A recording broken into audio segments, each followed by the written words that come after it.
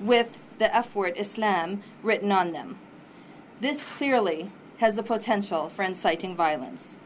We have been working closely with law enforcement, and we want to say thank you to them for all that they are doing to ensure the safety of our community members. Today we have two of our board members here, Dr. Yasser Sharif, Y-A-S-I-R, S-H-A-R-E-E-F, a community organizer and activist, a physician, and most importantly, a father, brother, son from a Muslim family living in Phoenix. We also have Imran Siddiqui, I-M-R-A-A-N-S-I-D-D-I-Q-I, who is the president of the board of directors for CAIR Arizona. He's a local activist, a leader, and a father of three.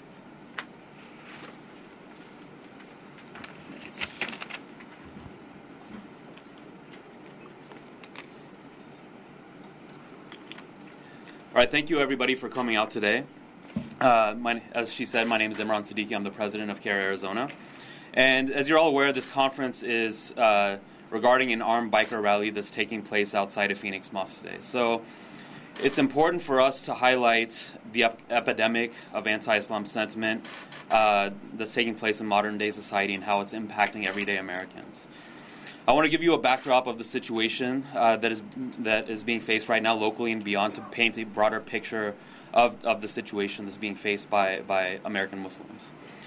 Firstly, it's no secret that a massive amount of money is being spent on perpetuating anti-Islam sentiment on a yearly basis. Both the Center for American Progress and CAIR have done studies on tax filings of organizations and groups that have found tens of millions of dollars are spent yearly on spreading anti-Islam sentiment throughout the U.S. and beyond. This takes place through a variety of groups and organizations whose jobs are to spread hatred and fear and otherization of Islam 24 hours a day, 7 days a week. And basically the goal of that is to spread mistrust and fear of your fellow American citizens.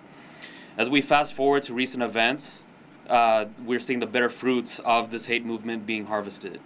I'll give you a few examples. A few weeks ago, about 10 days ago, an individual named Robert Doggart, the news came out that he was arrested for actually plotting an attack on a Muslim community in upstate New York. He was planning on procuring weapons and taking an armed militia to a Muslim community in upstate New York. He explicitly stated in his postings that they would be cruel to them, and even explicitly stated that they would fight down to the machetes if they had to. So, it didn't matter if there were men, women, and children. That violent rhetoric was there, and it was perpetuated. He was arrested by the federal law enforcement, but that's something that happened very recently. In the past few days, local mosques have received letters with specific information explicitly threatening their leaders, the families of leaders, and even threatening to massacre congregation members while people actually were there worshiping. Then comes the notification of this hate protest outside the ICCP mosque.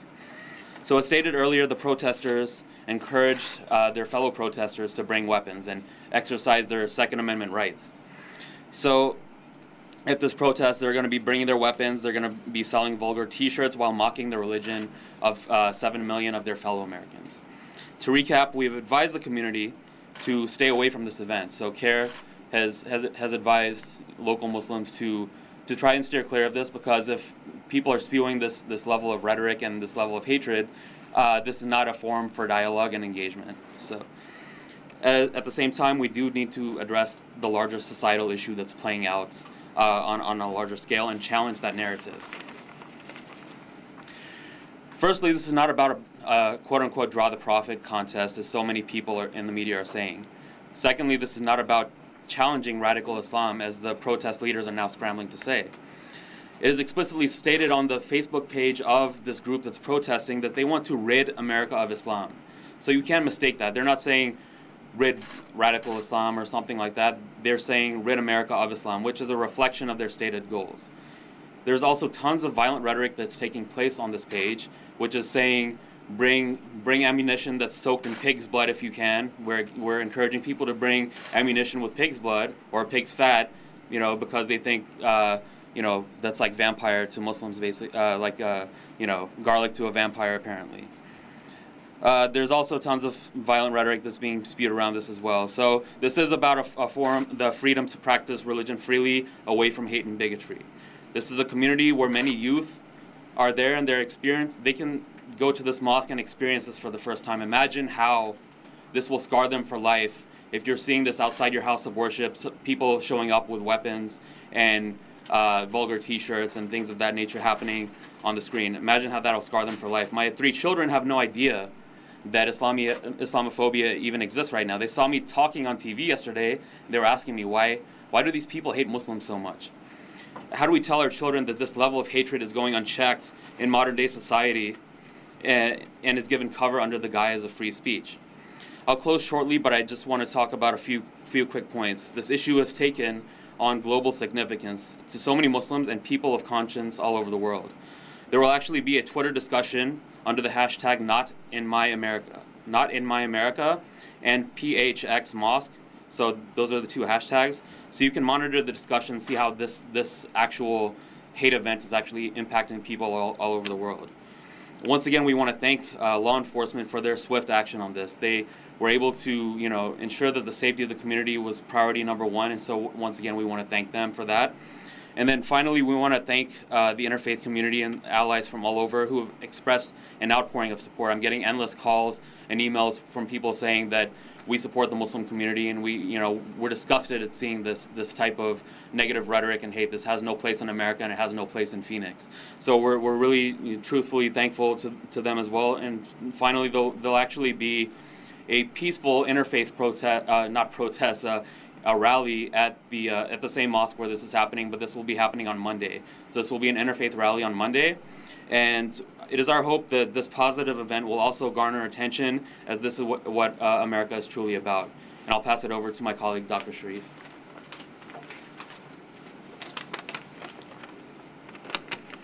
May the peace and blessings of God be upon you. It is with sadness that we have to call this press conference so we can state the obvious. We, here in 2015, in America, are reminding Americans that bigotry is a bad thing. The Muslim community in America is here to stay, and we are also well aware of the rights to be able to speak our mind and worship how we please. It is our God-given right to be what we are, and it is our constitutional right to be able to be what we are. The worshipers of the Islamic Community Center of Phoenix are under attack by the bigots and hate mongers, and even more so, they're being terrorized by these armed biker gang members. These people are not any different than those that attacked the gathering in Garland, Texas a few weeks ago. Just because someone does something bad to you does not mean that you have to become a bigger terrorist and return the favor.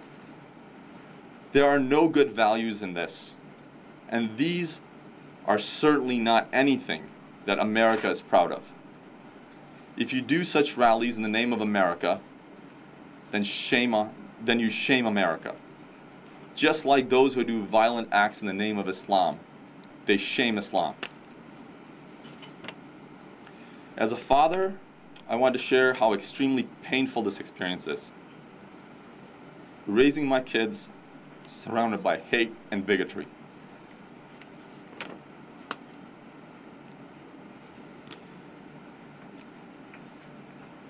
Some elected officials are utilizing divisive rhetoric for personal gains.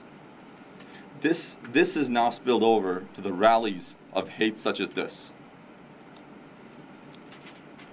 These are more and more prominent, and we are over a decade removed from 9/11.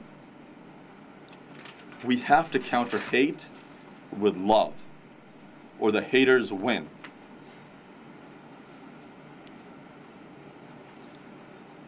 We have to counter hate with love, or the haters win.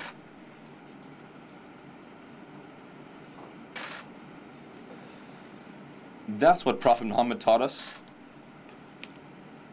and you cannot draw that in a cartoon.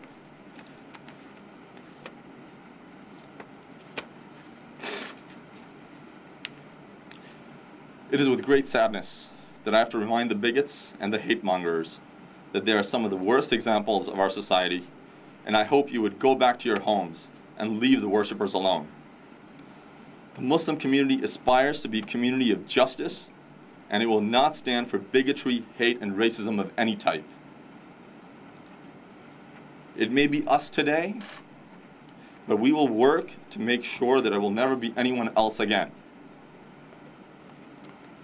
We will work and use our rights and our blessings to only make a positive difference in society. Anything else will not be Islamic, and nor will it be American. We are asking that community leaders, political leaders, religious leaders, and the media come together to do a regular conference on eliminating hate and bigotry, even if it costs them votes and TV ratings.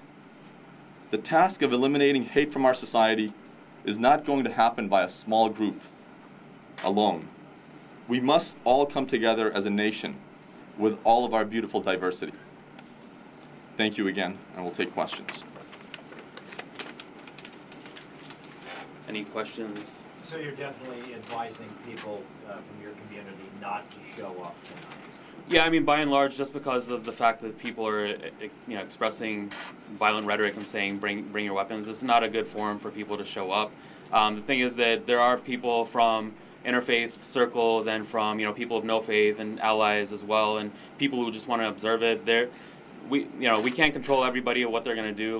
There are going to be people who peacefully go out there and observe the situation. They want to basically shield the Muslim community from this level of hate. So there's probably going to be other people who are out there, but just from a community perspective, the worshipers' perspective, it's best to stay clear of it. And you're asking worshipers even don't go to evening prayers. I wouldn't. Yeah, I mean, you go attend prayers if you feel compelled to do so. It's not, it's not. Don't feel like you in your own home, in your own mosque, that you don't feel safe. There is a police presence there. The police are ensuring the.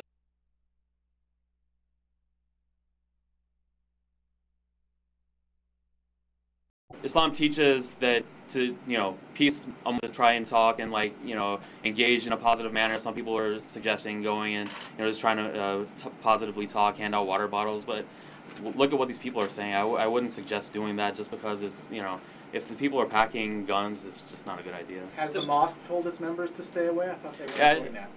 I mean, to my knowledge, I think downplay the whole event in and of it. I don't want to necessarily, but at the same time, because then who are having these protests. This is a second mosque, by the way. But so if they able to show up at a mosque at any given time and sort of the wrong message, so I think that's. And you feel that Valley law enforcement federal are responding the way you would like them to? They reached out to us, and so there's been going.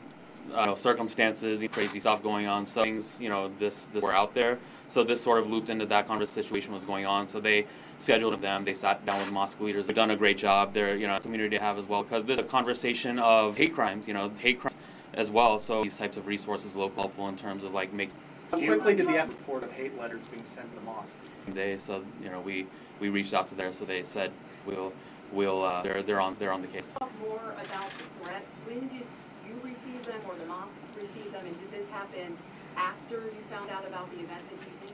The threats came before the actual the news of the actual event. So we received last weekend the news of the mosques receiving these two letters. So first it was ICCP Mosque in Phoenix, where this event is going to be happening, and then the same letter was sent to the Islamic Community Center of Tempe. So these two letters were received, basically back to back. This was a long weekend, so I think they checked their mail and they saw the letters were there, and there was mentioning what the person was going to do to the congregation. So then that sort of raised the alarm of the community members, and then just the news of this protest. I think the news of this protest was sort of small initially, but now it sort of has gained steam over time. Any indication that those letters are linked to this event or the people involved?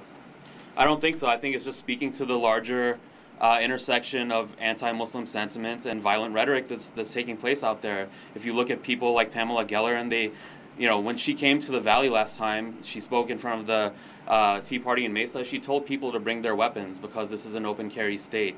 So what example are you setting when you're telling your fans or your supporters to bring weapons to these different events? So this probably is not tied to those letters, but this is an overarching narrative that's taking place out there. What do you think is the main difference between what happened in Texas and the event in Texas and what is going on here in Phoenix? They're calling it a draw Muhammad event, but you guys don't buy that. Yeah, I mean, this is, and I'm sure I don't want to take up all the space, but I guess I'm sort of who, are just looking to make trouble, and this is what the concern is, because is this filtering into a segment of society that is not afraid to use violence? Pamela Geller walks that line in terms of what is violent and what is not, but then are there people out there that are more prone to actually taking it to the next step, and that is the big concern. I wanted to ask you guys if you feel like Phoenix is a hotbed of this type of activity, or is it any better or any worse than any other place, in the United States at this point for Muslims? I mean, in my experience, I think it's been moderate. There's not been this heated level of anti-Islam sentiment that's out there. It exists in pockets. There's people in certain school boards throughout the states who want a certain depiction of Islam edited out of the textbooks. There was an anti-Sharia bill that was introduced into the state legislature in 2012, and so this initiative over here. So you have latent Islamophobia that happens under the radar, and then you have more overt forms of Islamophobia that take place where people are bringing guns to some type of protest. So this is sort of rearing its head now. It hasn't been as bad, and I think this is an anomaly. It's not a reflection of Arizona as a whole. Mr. Sharif? Is it Mr. Sharif? Yes. Sorry. How old are your children? There are 11, 9, and 6. Which Can you speak into the mic, please? Yeah. 11, 9, and 6. And which mosque do you attend? I go to the one in Scottsdale. So what are you telling them about what's happening here tonight? Well, they're beginning to ask a lot of questions just because of what they've been seeing on TV. And we just tell them that, there are some people out there that may not like the way you do things, the way you look, the way you walk, the way you talk. But it does not mean that, you are any less of a person, you're any less of an American. And the Prophet Muhammad teaches you how to act and behave. What are their questions? Usually they just ask me, my oldest one asked me, why do they hate us? Why do they say these kind of bad things about Islam? And we've told them that, there's been instances that have happened over the years in the name of Islam that does not represent Islam at all. And some people take those instances to be more than what they are. Do you feel uncomfortable living here at any point, Doctor?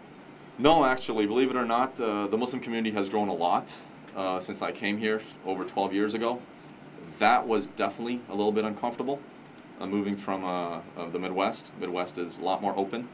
And over the last 6 to 7 years, I would say, the community has grown. It's even more diverse. Although these things are happening now, which I think is directly related to Islamophobia, which is carried through so many means. Elected officials talk about it to get votes.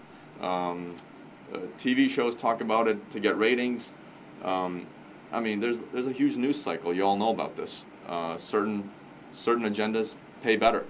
And we all see it. I mean, it doesn't matter if you're a Muslim or not. We all see it. Whatever the agenda on TV is, whatever minority you are, we all see it. And that's why we're making the ask that we made. Try to end this by having conferences regularly. And I know you guys can lead on this, and our leaders can lead on this. When you talk about elected officials, are you talking about people here in Arizona who you think can lead, can do something better? I think they can all make a difference in ending bigotry. And it's only when they use it for their own personal gain that events like these happen. I mean, Pamela Geller was not born yesterday or last month. She's been doing it for a long time. Steve Emerson, we all heard about him. There's so many of them. There's a whole industry of Islamophobia. So Joe Guandolo, who the county attorney exactly, brought in. Mr. Guandolo was here teaching our police officers how to treat Muslims. Or what Muslims are Or doing. Muslims can do. The thing is whatever. that, you know, even in a situation like this, I mean, it would be very reassuring to hear from elected officials, hey, you know, this is important. We don't want to see this in any minority community. It would be really nice to hear that, you know, from any of the, you know, congressional people that we interface with. You know, because if this was happening to another minority, if this was another house of worship that was surrounded, would there be the same level of, you know, sort of silence from elected officials? I don't know. I mean, we respect and we work with a lot of them. I mean, we've met with a lot of their offices before, but at the same time, why is this a hot button issue? Why do you have to be prodded to say this? This is something, you know, these are your own citizens that are here in Phoenix. There's 50,000 Muslims that live here in Phoenix. It's a growing community where, you know, we're voters, we're, you know, positive contributors to society, but how come there's some type of political hot potato that takes place when the Muslim community is being targeted? Has any elected official in the last 24 hours reached out to any of you here in Arizona? Not that I can confirm. No. No. But we have reached out to some. You haven't heard of him? They called back, and they know what our concerns are.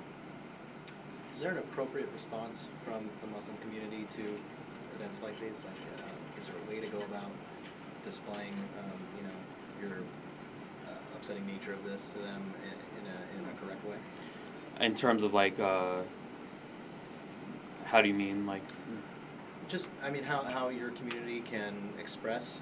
You're saying not to show up tonight, don't confront them, but how can you? Yeah, I think you know, if you even if you follow like this conversation that will be taking place on Twitter tonight, like I mean, you'll see the reflection of what people face on a day-to-day basis in terms of anti-Muslim sentiment. If you're a woman, you know, and Christy can speak to this even more, like who wears the headscarf, you know, it's almost guaranteed that you've been harassed at some point in time while you're driving, you know, on the street by somebody who's out there, you know, and it's, you know, if you're a Muslim living in certain neighborhoods, you may get vandalism against your house, or, you know, mosques across the country have been vandalized. We've seen vandalism in, you know, Oklahoma, Washington State, Washington, D.C. in the last few months. So these are all things that are a reality, and like, you know, it makes for an unsafe environment among Muslims. So I think you'll see that expression in terms of that. You know, I think Muslims are also doing a good job in terms of like showing like, hey, we're not going to engage with these people. We're you know, this is what our religion teaches. If there's ignorance, we stay away from it. That's the main number one thing that it teaches. Is there anything else you want to add to that? Or? No, yeah, he's right. You know, when you do cover, it's a very visible thing. Everybody knows that you're Muslim, and you definitely can get treated differently. And it's heartbreaking for me because back in 2003, I was a victim of a hate crime, and now we're looking at 2015, and stuff is still going on. And you know, I'm a mother of 4 children, so it's very disheartening for me to have to explain to my children that this type of events are still going on in today's society.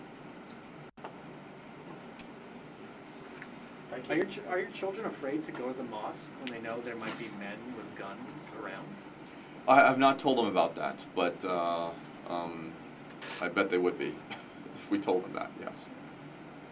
Yeah, I mean, that's a game changer. We've never heard of something like this. In Garland, prior to that last shooting that happened, there was actually another armed protest that took place outside of a Muslim organization event. There was a Muslim organization called Sound Vision.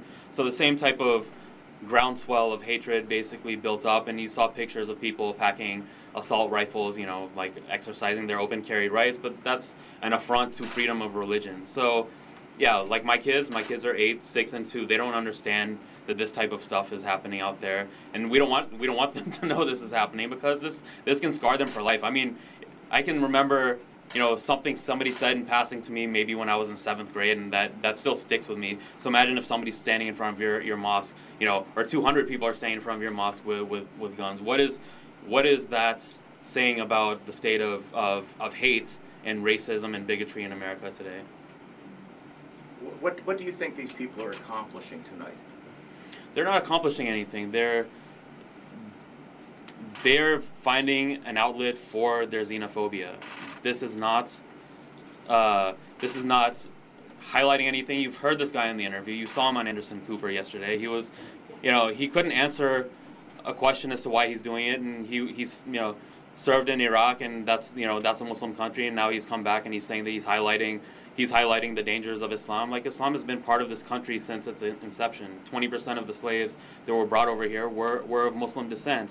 There have been Muslims living peacefully in this country for over 100 years from the immigrant community. So they're not highlighting anything. They may be sending like a dog whistle to other violent people out there who may, that's the thing. We don't want to worry about the 0.01%. Just like we don't want to worry about like the Elton Simpsons and Nadir Sufis, the 0.01% from the Muslim side of things. We don't want to worry about the 0.01% of people who are, masking themselves as some type of armed vigilante or sovereign citizen who could go out there and try and harm other Muslims. And there have been many hate crimes that have taken place against Muslims. There was there's been lots of different things that have been documented recently. So it's very troubling. What would be your response to them that they say that those two guys you just mentioned, worshipped at this particular mosque apparently at some point? What would be your response to them about their feeling that your mosque is somehow some sort of a hotbed for this type of hatred or whatever? Go ahead. All these people, whether it's from this religion or that religion, they all pretty much end up worshiping somewhere. Okay, so you're not going to find, more of these in one type of a worship center versus another. There are the minority. They are the ones that nobody wants to be like. They don't stand for any value of the religion or the country they serve. I mean, that's pretty much all we can say to them, It's like, become a better person. Spend your time in a way that you can actually make a positive difference in this society. Because teaching people hate and teaching people ways to kill people and throw pig blood or whatever it is these days, it's just really sad to see that. This is the kind of stuff that happens in countries that have less than double-digit literacy. We're America. What are we standing for? And also, I mean, you could say the same thing about Robert Doggart, who I mentioned earlier in my portion as well. He was an ordained Baptist preacher. He was a minister, and he went out there and he was going to attempt to murder a community of Muslims. But we're not saying that this church here in Tennessee is responsible for espousing this violent rhetoric that's calling it. It's a double standard when it comes to Muslims, who commit horrible acts, or any other religion that commits a horrible act. We don't seem to offer up that guilt by association with other faiths, and that's the number one thing that we have to help people understand. You see the, I'm sorry. I just want to add to his point. If this was a different type of worship center, and a Muslim shows up with a gun, or a black person shows up with a gun, or a Hispanic shows up with a gun, I would love to see how many stand your ground acts there are going to be on that. Okay, so this is a group of bikers showing with guns, not shy about saying whatever they want to say, and how we're dealing with that. Sometimes I wonder if even giving them any coverage is worth anything. Well, along those lines, you've seen the interview with this Ritzenheimer guy, maybe other reporting on him. How scary a guy does he look to you? I just don't think he knows what he's doing. I think he's misguided. He doesn't know how to synthesize whatever hatred is brewing inside of him. He just, it's not acceptable to paint a religion that's been around for 1,400 years with this broad brush and utilize your platform to espouse violence against them, or this type of rhetoric that we need to rid our country of these types of people.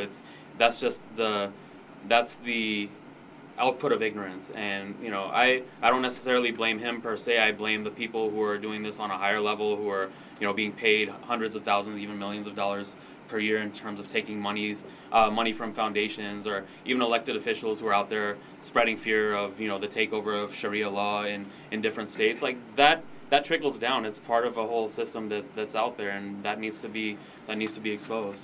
And honestly, to expose his low level of thought into what he's doing, I don't think we're doing anybody any favors. I think there are a lot of people who are intellectually lazy. They go out there, they say stuff, they do things. There is a much bigger problem, and Mr. Ritzenheimer is not the biggest problem we have. The problem is there is a lot of bad rhetoric out there, which is done by, said by people with a lot more power, with a lot more to gain, and that's what's really happening. And I know you guys can help us tame the situation and hopefully end all types of bigotry, because bigotry is not going to exist in a vacuum. It's going to happen with a lot of help from a lot of people. Thank you. All right. What time is the interfaith rally next week? Let me look it up real quick.